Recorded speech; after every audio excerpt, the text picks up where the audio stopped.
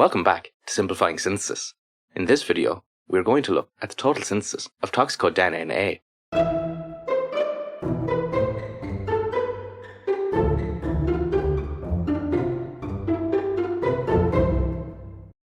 This work was published in Org Lett by the Nishikawa and Morimoto groups in their paper Asymmetric Total Synthesis of Toxicodenane A by Samarium-Iodide-Induced Barbier-Type Cyclization and its cell-protective effects against lipotoxicity.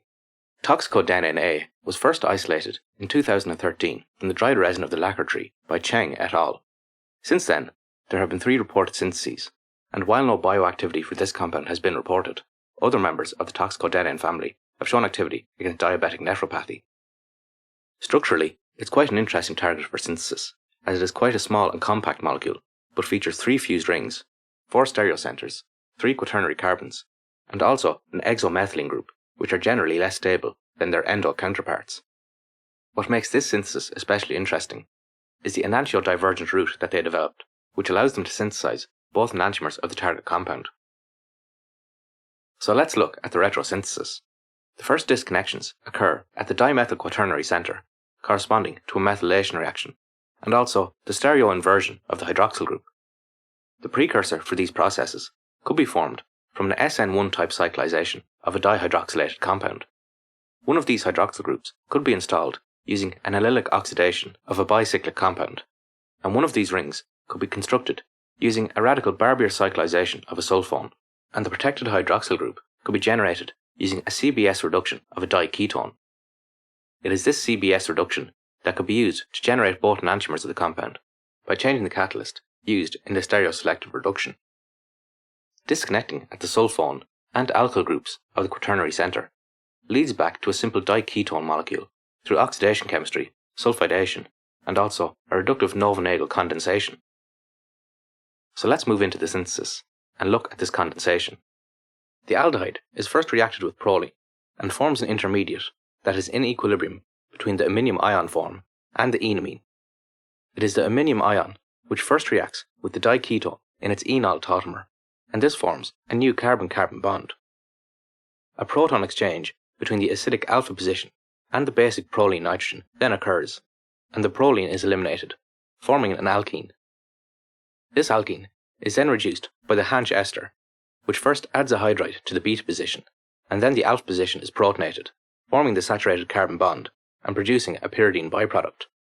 This intermediate then reacts with proline once again, this time forming an enamine, as the alpha proton is more acidic in this molecule than in the starting aldehyde.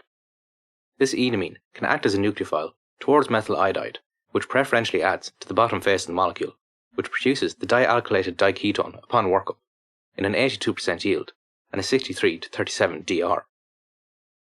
These diastereomers could not be isolated, so both were taken forward to the next step, which was deprotection of the TBF group using TBAF. The newly revealed alcohol then took part in a sulfidation reaction. Tributylphosphine was reacted with diphenyl disulfide, which forms a sulfur phosphonium intermediate and a sulfide anion. The hydroxyl group then attacks the electrophilic phosphonium, forming a highly electrophilic carbon center, which is then attacked by the sulfide. This displaces tributylphosphine oxide and forms the sulfide in a 97% yield. This sulfide was then oxidized using MCPBA to produce the sulfone, which again is present as a mixture of diastereomers. With this sulfone now in place, they carried out a Corey-Bakshi-Shibata reduction using a chiral oxazoborylidine catalyst and catechol borane. This reaction stereoselectively reduces one of the ketone groups and produced the target compound in a 50% yield with a 97% EE, and also its diastereomer in a 36% yield, and these could now be separated using column chromatography. The stereoselectivity in this reaction is due to the chair-like transition state caused by the interaction of the substrate, the chiral catalyst, and the catechol borane. This forms a chair-like conformation with the largest group, in this case the part of the molecule bearing the sulfone side chain, occupying the pseudo-equatorial position of the chair-like transition state.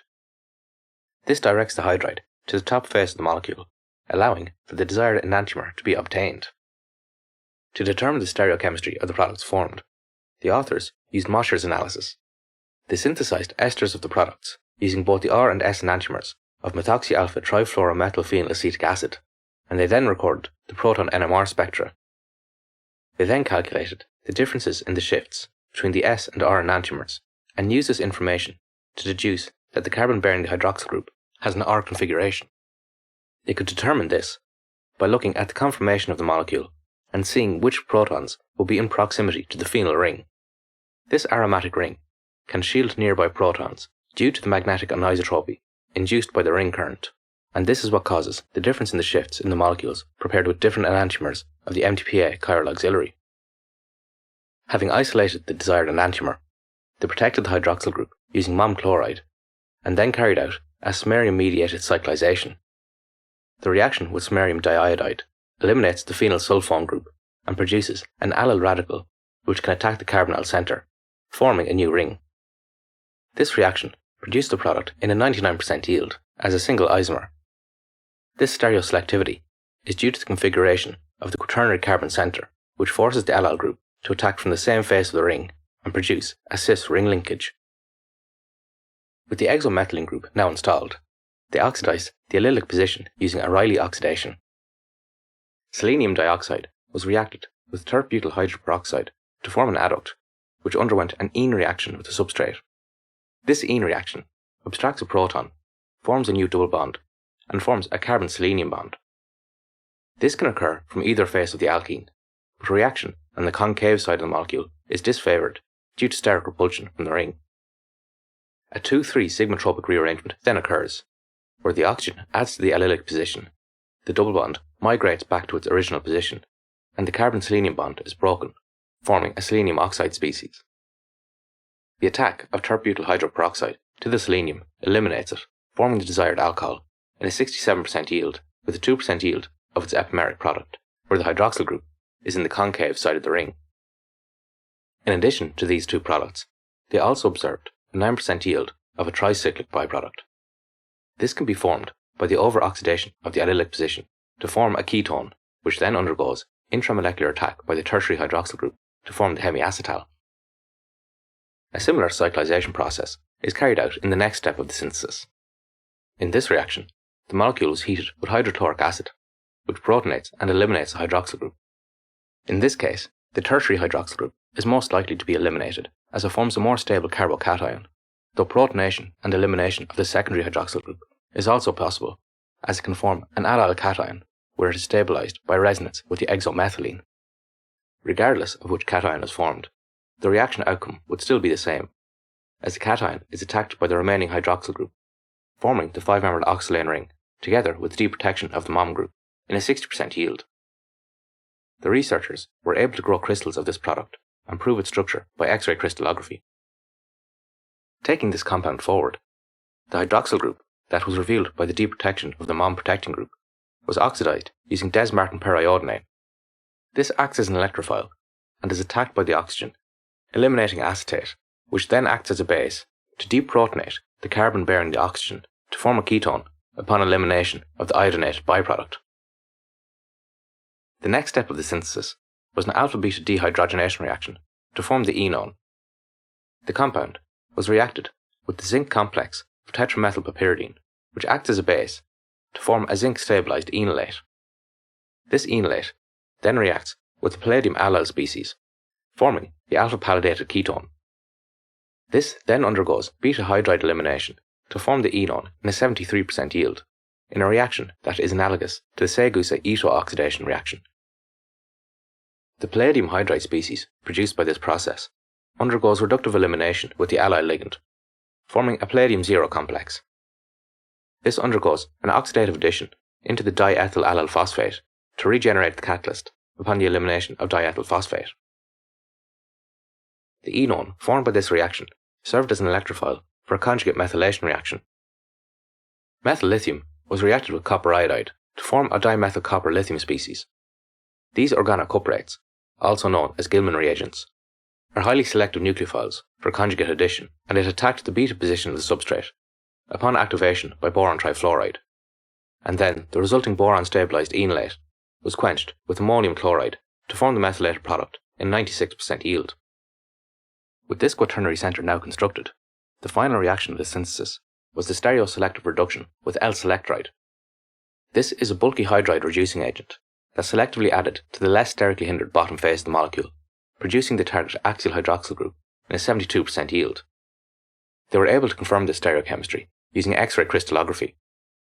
As there are 2 enantiomers of Toxicodenane A present in the extracts of this natural product, they also synthesized its enantiomer in order to examine their biological effects separately. To achieve this, they pursued an Enantiodivergent route. After the installation of the sulfone, they carried out the same CBS reduction using the opposite enantiomer of the catalyst, and this reacted with the other ketone present in the molecule.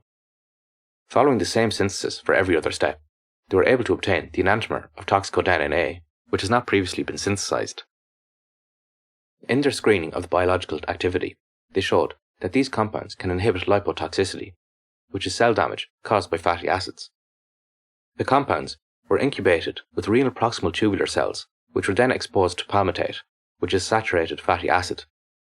They then examined the mRNA expression levels of monocyte chemotactin protein 1 and also transforming growth factor beta, which are biomarkers of lipotoxicity. They were able to show statistically significant and dose-dependent inhibition of this lipotoxicity, indicating that these compounds could have some medicinal uses. Well, that's everything for this week's synthesis.